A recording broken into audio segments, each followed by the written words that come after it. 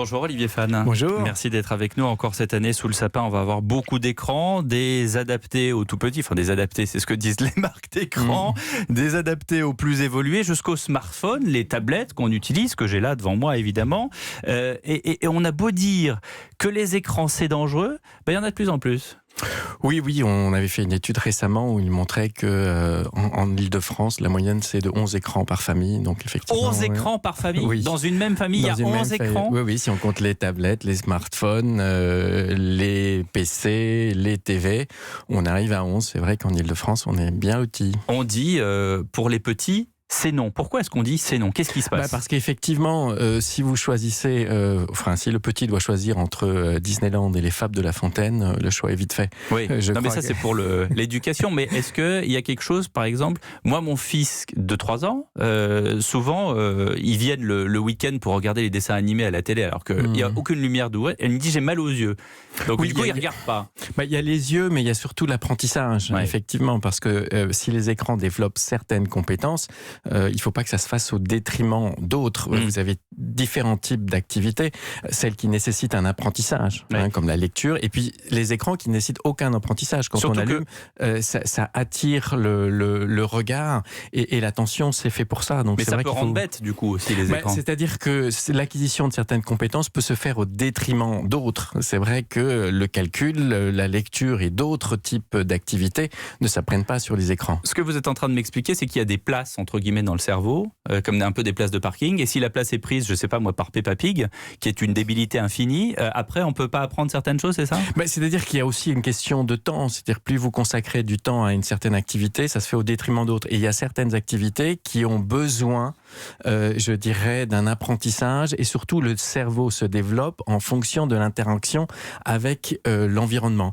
On sait très bien que si le langage, si la lecture ne sont pas acquises à un certain âge, c'est très difficile de l'acquérir après. Donc effectivement, il y a un âge pour tout, et c'est vrai que quand le cerveau est en plein développement, il y a certaines activités qui sont cruciales. Mais là, vous avez le développement du langage, le développement de l'apprentissage par des marques de petits ordinateurs portables, je ne vais pas les citer, mais voilà, qui vous disent, on peut apprendre les lettres, on peut apprendre un mot qui correspond à une image, ça vous leur dites quoi? Si les écrans sont utilisés comme ça, je vous dirais qu'il y a 4 utilisations des écrans. Il y a l'information, il y a les réseaux sociaux, il y a les vidéos et il y a les jeux vidéo. L'écran, c'est pas problématique en soi, c'est ce qu'on y fait.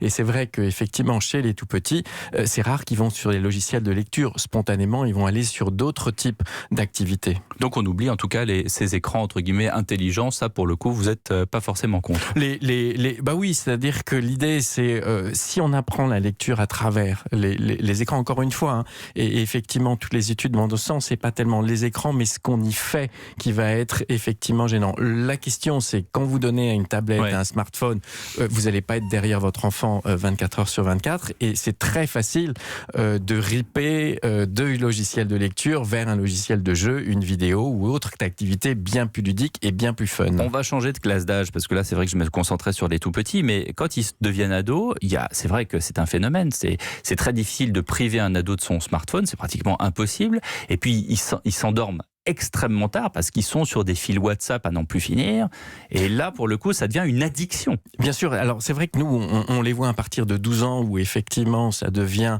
l'activité principale qui envahit tous les autres champs 3 d'activité. 3 heures par jour à peu près. Oui, voire plus, ceux qui viennent à nos consultations, on est à 6 heures, 7 heures par jour d'utilisation des écrans, ce qui effectivement pose des problèmes pour le sommeil, puisque les adolescents ont perdu 1 ou 2 heures de sommeil ces dernières années. 30 minutes ou 1 heure avant tout à fait, il faut le gap entre on éteint et on s'endort. Exactement. Et là encore une fois, ce sont les jeux vidéo qui sont, parce que l'adolescent va rentrer en interaction avec les écrans, qui sont le plus problématique, notamment au moment du coucher. Donc je crois qu'avec les adolescents, il faut garder un contrôle, mais un contrôle, je dirais, participatif. Il faut que le contrôle ne soit pas... Qu'est-ce que vous leur dites justement aux parents aussi? Je crois que ce que leur dit aux parents, la première chose, le bien le plus précieux, c'est la qualité de la relation que vous avez avec votre adolescent. Je crois qu'il faut maintenir ce lien de qualité parce que plus ils grandissent, plus il faut qu'ils apprennent l'autocontrôle. C'est-à-dire que s'ils sont encore au contrôle externe arrivé à 14 ans, c'est fichu parce que le contrôle externe a ses limites. Il faut que le contrôle soit internalisé. Plus on commence tôt, plus la qualité du lien est bonne, plus ce contrôle interne s'effectuera de manière naturelle. C'est le slogan de 68, il est interdit d'interdire. Je ne crois pas, parce que plus on grandit, plus effectivement l'interdit doit venir de l'extérieur. Ouais. Je crois que l'excès de liberté tue la liberté. Je crois que si on veut rester libre, il faut garder du temps pour les études, il faut garder du temps pour la famille, parce que ça permet l'accès à l'indépendance et donc à la liberté. Et que paradoxalement, l'excès d'écran conduit à la perte de liberté. Et paradoxalement, ça conduit à la perte aussi de relations sociales, puisque finalement, ça s'appelle les réseaux sociaux, mais en réalité, on est enfermé, on ne parle plus à celui qui en a en face de soi. Tout dépend comment on l'utilise. Je crois qu'il y a la question des réseaux sociaux, mais rien ne remplace les rencontres IRL, comme ils disent, in real life, c'est-à-dire qu'il faut l'utiliser à bon escient et ne pas s'enfermer derrière les écrans, mais au contraire, se servir comme moyen d'entrer en contact et de se rencontrer physiquement. Rien ne remplace le contact physique. Et à ce sujet, je crois qu'on peut comment dirais-je, conseiller d'aller voir cette publicité qui s'appelle Bored Panda, c'est-à-dire le panda qui s'ennuie, avec ces grands smartphones qui séparent les gens, parce que finalement, on regarde son smartphone et on regarde plus la personne qu'on a en face de soi. Merci beaucoup, docteur Olivier Fan, d'avoir été avec nous ce matin sur Europe 1. Merci.